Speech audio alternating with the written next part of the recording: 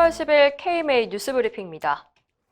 지난주 금요일 여의도에서 서울 경인 지역 전공의와 의대생 약 8,000명이 모여서 정부의 의사증원 정책을 비판하는 집회 소식을 전해드렸었죠.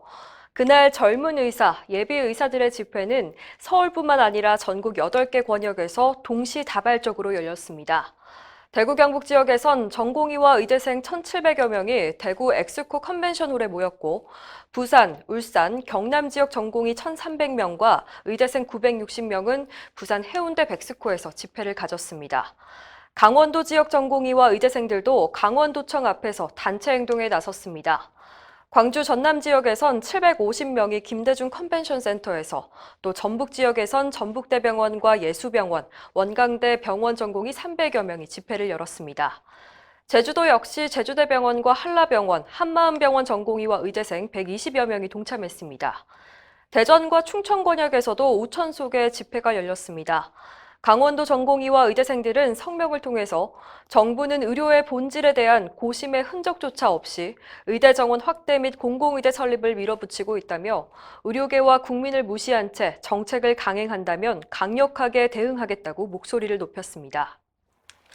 의료계 단체 행동에 의대생들의 참여 열기가 뜨거운데요. 삭발 투혼까지 보여줬습니다. 충남의대 본과 4학년생들은 조금 전에 전해드린 대전 충청권 집회에 참석하려 했는데 부득이한 사정으로 가지 못하게 되자 삭발을 통해서 동참 의지를 전한 겁니다.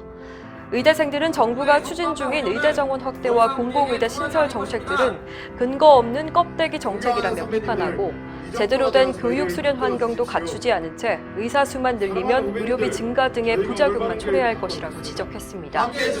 특히 정부의 협박과 회유는 우리에게 더 이상 통하지 않는다며 의료 현실을 반영하지 않은 무책임한 정책에 대한 우리들의 목소리를 왜곡하지 말라고 강조했습니다. 젊은 의사들의 단체 행동은 이번 주 금요일 전국 의사들의 총파업으로 이어집니다. 앞서 대한의사협회는 정부가 12일 정오까지 책임 있는 개선책을 내놓지 않을 경우 14일 전국의사 총파업에 돌입한다고 밝혔는데요. 이미 여의도 야외 집회 계획까지 세우는 상태입니다. 전공의들은 이날도 파업에 동참하고 집회에 참석할 예정입니다. 의협은 전국의사 단체 행동 계획을 산하단체에 공유했습니다.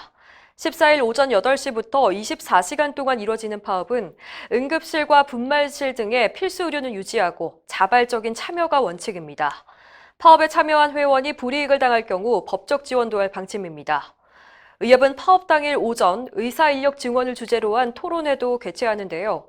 오전 9시 30분부터 의협 용산 임시회관에서 열리는 토론회에는 의대 교수와 법조인, 전공의와 의대생 대표 등이 나와서 정부 정책의 문제점에 대해서 의견을 교환할 예정입니다.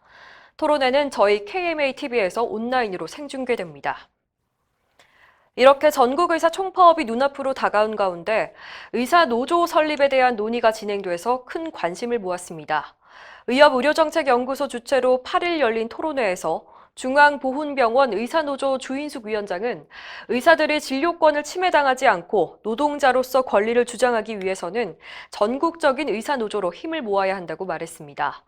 전국의과대학 교수협의회 권성택 회장도 무시당하지 않으려면 협상권이 있어야 하는데 협상권을 가질 수 있는 방법은 노조를 통해서 가능하다고 밝혔습니다.